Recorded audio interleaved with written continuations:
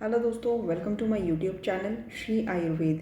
देश का ऐसा पहला यूट्यूब चैनल जिस पे BMS syllabus step by step पूरा कवर किया जा रहा है इन डिटेल, ताकि बीएमएस स्टूडेंट्स को भी फ़ायदा हो जो बीएमएस पढ़ रहे हैं, जो इंटर्नशिप में हैं, एंड उनको भी फ़ायदा हो जो एंट्रेंस एग्ज़ाम, चाहे किसी भी तरह का एंट्रेंस एग्ज़ाम हो, AMO entrance exam, AIA PGT entrance exam या फिर यूपीएससी एंट्रेंस एग्ज़ाम, ठीक है, उन सबको फ़ायदा हो।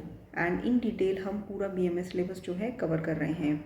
तो सुषु सूत्र स्थान का 41 चैप्टर्स हम लोग कंप्लीट कर चुके हैं, चरक संहिता कंप्लीट कर चुके हैं, गोविंद पारिक जी से जो कंसेप्ट्स हैं बृहत्रेय के सारे कंप्लीट कर चुके हैं। सारे वीडियोस अवेलेबल है मेरे यूट्यूब चैनल पर।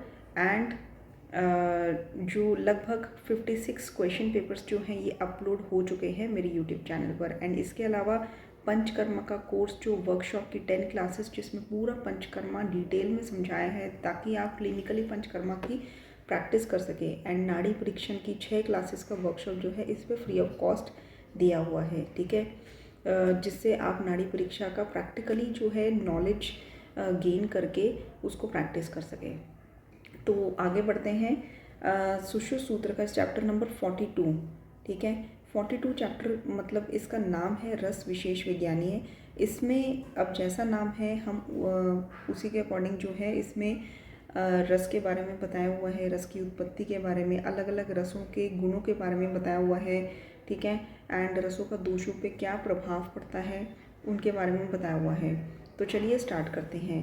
वैसे रस के बारे में संभाषा परिषद चरक सूत्र 26 में आपको मिलेगा, ठीक है, जिसमें रस के बारे में काफ़ी डिटेल बताया हुआ है, ठीक है।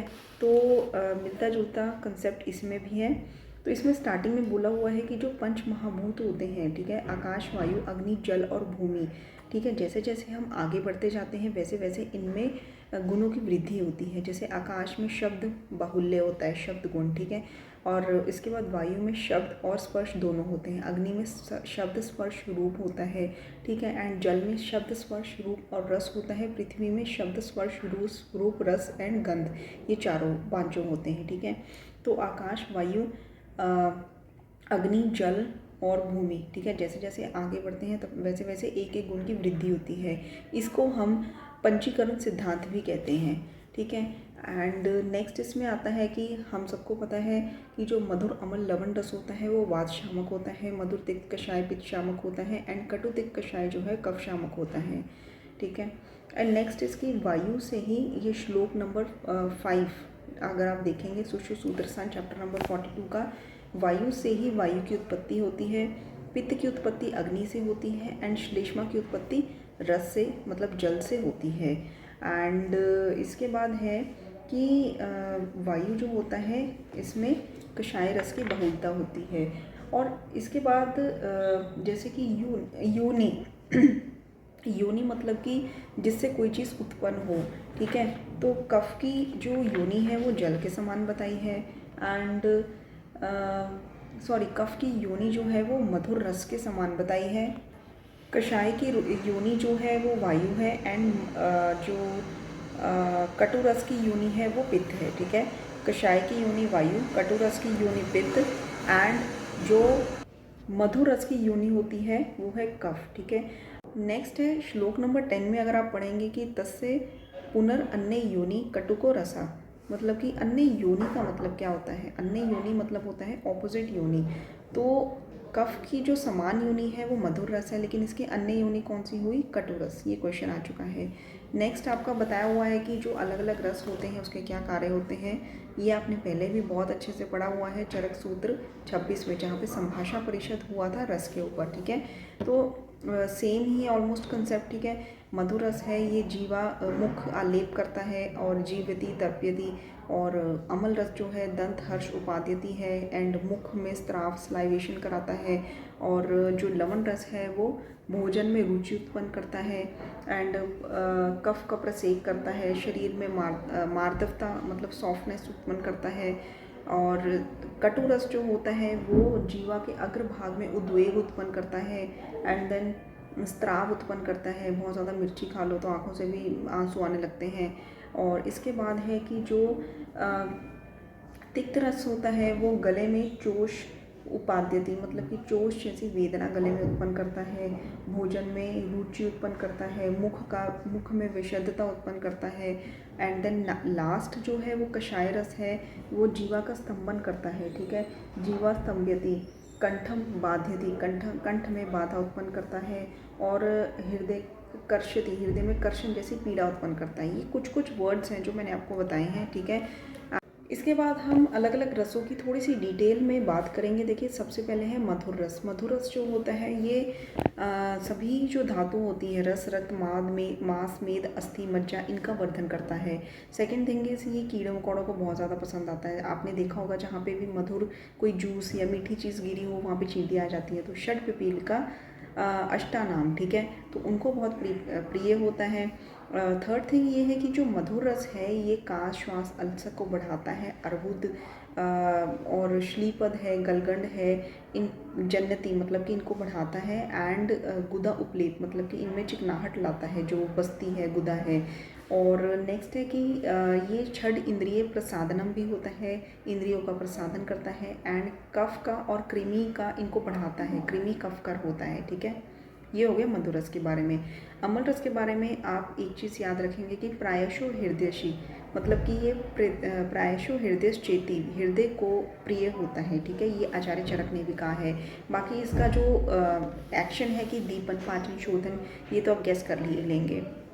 थर्ड थिंग इसकी जो लवण रस है, आपको मेन पॉइंट याद क्या रखने हैं एग्जाम पॉइंट ऑफ व्यू से, ये मैं आपको बता रही हूँ, क्योंकि डिटेल में पढ़ना हो तो वो आप खुद भी पढ़ सकते हैं, ठीक है। जो एग्जाम में क्वेश्चंस आते हैं आप वो देखिए। तो इसमें सर्वरस प्रत्यानीक, ठीक है, ये लवण रस के लिए कहा गया है कि ये सभी रसों का विरोधी होता है। क्वेश्चन भी आया हुआ है कि सर्वरस प्रत्यानीक किसको कहा गया है। सेकंड इसकी पुंसत्व उपघाती नाम, पुंसत्व का क्षय करता है लवण रस, ठीक है। लवण रस के लिए भी कहा गया है पुंसत्व उपघाती नाम, एंड क्षार के लिए भी कहा गया है। थर्ड थिंग इसकी सर्व शरीर अवयव मार्दव कर्म, की सभी शरीर के अवयवों में सॉफ्टनेस लाता है, एक मार्दवपन लाता है, ठीक है, ये लवण रस के लिए कहा गया है। एंड देन रक्त पित्त को, वात रक्त को, अम्लिका मतलब कि हार्ट बर्न में जैसे कि एपिगैस्ट्रिक बर्निंग सेंसेशन होती है, इन सबको बढ़ाता है।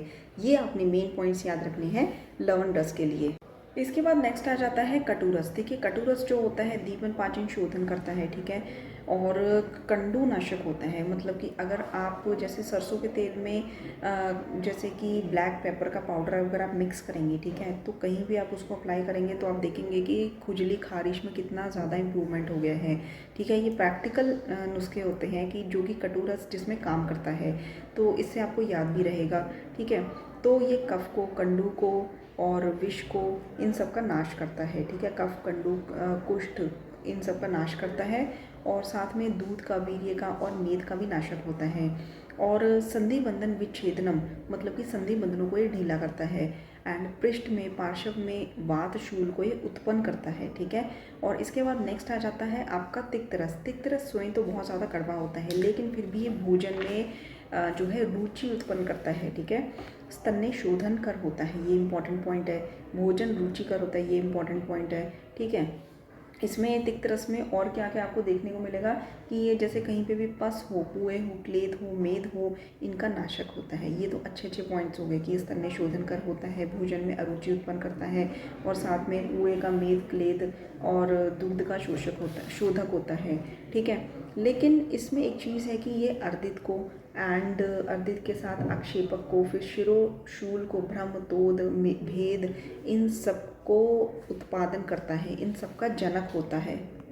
गात्र, मन्या, स्तंभ, अर्दित, आक्षेपक, मेद, भेद, छेद एंड मुख वैरस्यकर होता है। इसके बाद अगर आप नेक्स्ट देखेंगे कषाय रस के कर्म जो है, कषाय रस हमेशा याद रखिएगा ये स्तंभन करने वाला, जकड़ाहट करने वाला होता है, संग्राही होता है, रोपक होता है। स्तंभन, संग्राही एंड रोपक, ये तीन चीज़ें हैं। एंड इसके बाद है कि ये गात्र स्फुरण मतलब कि अंगों का फड़कना, आक्षेपक, अर्दित, ठीक है, और गर्दन में जैसे कि स्तंभन, जकड़ाहट होना, इन सब रोगों को ये करने वाला होता है, ठीक है। एंड नेक्स्ट है कि अलग अलग वर्ग बताए हैं, ये मैंने आपको पहले ही सुश्रुत जी के जो 37 गण है उसमें बता दिए थे। न्यवरोधादि गण है, आम्लकी गण है, कटु गण है। लवण वर्ग के जो गण होते हैं, जैसे कटु वर्ग के गण हैं, इसमें पिपील्य आदि की औषधियाँ होती हैं, सालसार आदि की औषधियाँ होती हैं। और जो लवण वर्ग के गण हैं इसमें अलग अलग लवण होते हैं, नमक, सौंचल नमक है, फिर उसका सेंधव, विड, लमन, ये सब।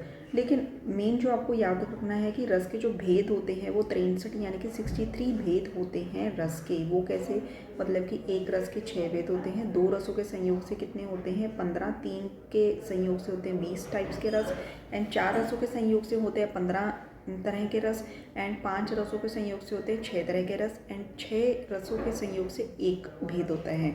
तो रस के जो भेद होते हैं वो है 63 यानी कि 63। आपने इस तरह से याद रखना है। पहला है कि एक रस के कितने भेद हैं 6, एंड लास्ट में 6 रसों के संयोग से कितना बनते हैं रस 1, ठीक है। बीच में है 15, 20, 15, ठीक है। एंड इसके बाद रह गया आपकी 5 रसों के संयोग से कितने रस बनते हैं 6 रस। तो टोटल है 63 रस, ठीक है। 63 रसों के भेद। तो आपका ये चैप्टर जो है रस विशेष विज्ञानी यहाँ कंप्लीट हो जाता है। इसके अलावा इसमें कुछ भी नहीं है जो एग्ज़ाम पॉइंट ऑफ व्यू से बहुत ही इंपॉर्टेंट या कुछ हो, ठीक है। जो इसमें इंपॉर्टेंट पॉइंट्स थे मैंने आपको वो बता दिए हैं, एंड इसको अच्छे से लर्न करिए। धन्यवाद।